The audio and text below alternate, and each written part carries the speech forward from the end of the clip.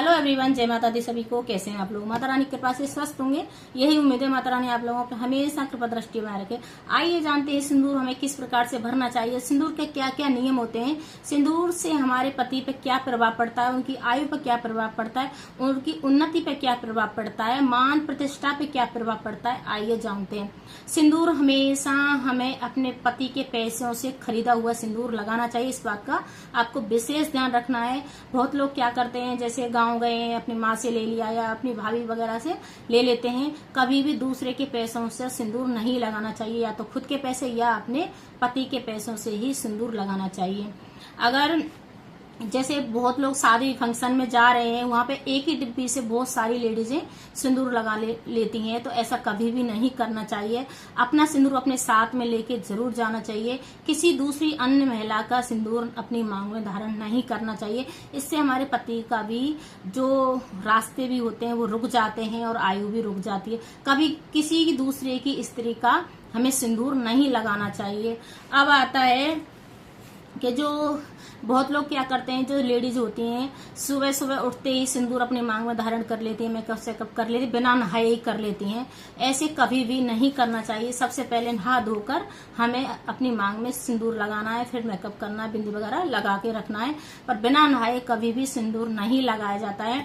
और सिंदूर ये भी है कि आज के टाइम में जैसे हम सिंदूर जब हम मांग में धारण करते हैं, तो माता पार्वती का हमें ध्यान करते हुए सिंदूर को लगाना चाहिए, जिससे हमारी माता पार्वती हमें सौभाग्य अखंड रहने का आशीर्वाद देती हैं। मांग में जब हम सिंदूर लगाते हैं तो माता पार्वती का ध्यान करते हुए ही लगाना चाहिए।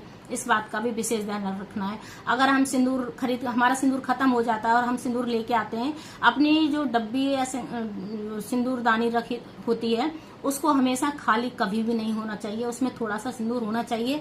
तब तक हमें सिंदूर अपने पैसों से खरीद के माता पार्वती के चरणों में रख के माता पार्वती को सिंदूर, सबसे पहले माता पार्वती को सिंदूर लगाएं, तब उस सिंदूर को अपनी डब्बी में फिर डाल लें। उससे क्या है, फिर उससे हमें माता पार्वती का आशीर्वाद मिलता रहता है और हमारे पति पे कभी भी बुरा साया नहीं पड़ता है। उनकी आयु लंबी होती है, उनका उन्नति प्रगति के रास्ते खुलते हैं, उनकी हमेशा प्रगति होती रहती है।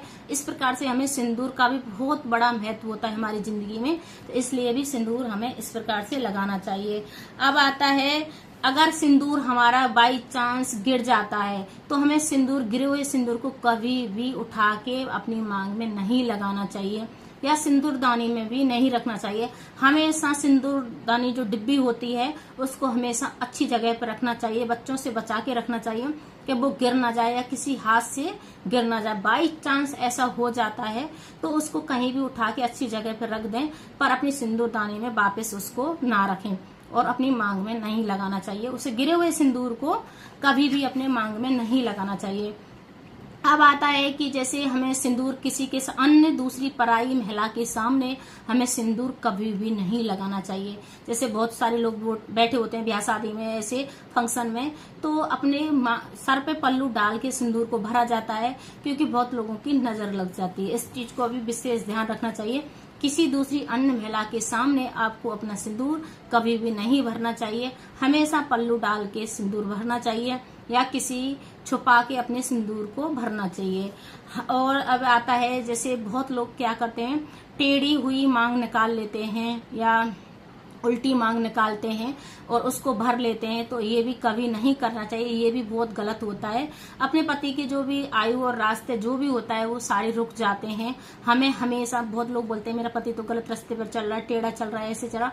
जब टेढ़ी मांग भर रहे हो तो टेढ़ा ही जाएगा ना। इसलिए आप हमेशा सीधी स्ट्रेट मांग नकार के तो सीधा जैसे मांग को भरते हैं और सिंदूर सीधा ही लगाना चाहिए, जिससे हमारे समाज में पति की मान प्रतिष्ठा बढ़ती है और समाज में उनका नाम होता है। तो हमेशा इस सिंदूर से जुड़ी हुई बहुत ऐसी बातें हैं जो बहुत लोगों को नहीं पता होती हैं।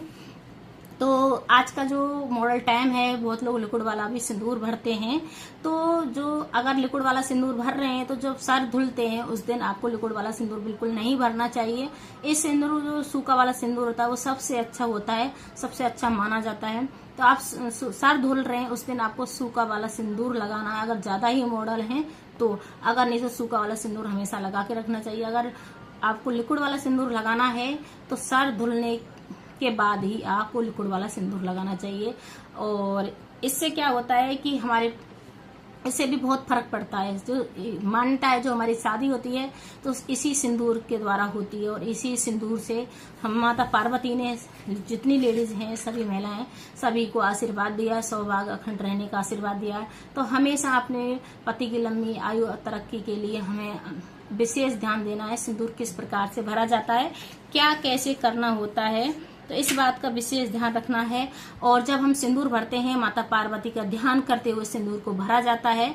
इस बात का भी विशेष ध्यान रखना है, माता पार्वती का ध्यान करते हुए आपको सिंदूर लगाना है अपनी मांग में। और अगर मेरी वीडियो थोड़ी सी भी अच्छी लगी हो तो लाइक करें, शेयर करें, कमेंट करें, सब्सक्राइब करें।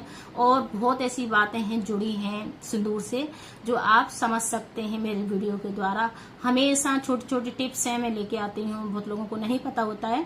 आइए जानते हैं। लाइक करें, शेयर करें, कमेंट करें, सब्सक्राइब करें। हर हर महादेव कमेंट में जरूर लिखें। जय माता दी सभी को। हंसते रहें, मुस्कुराते रहें। जय माता दी।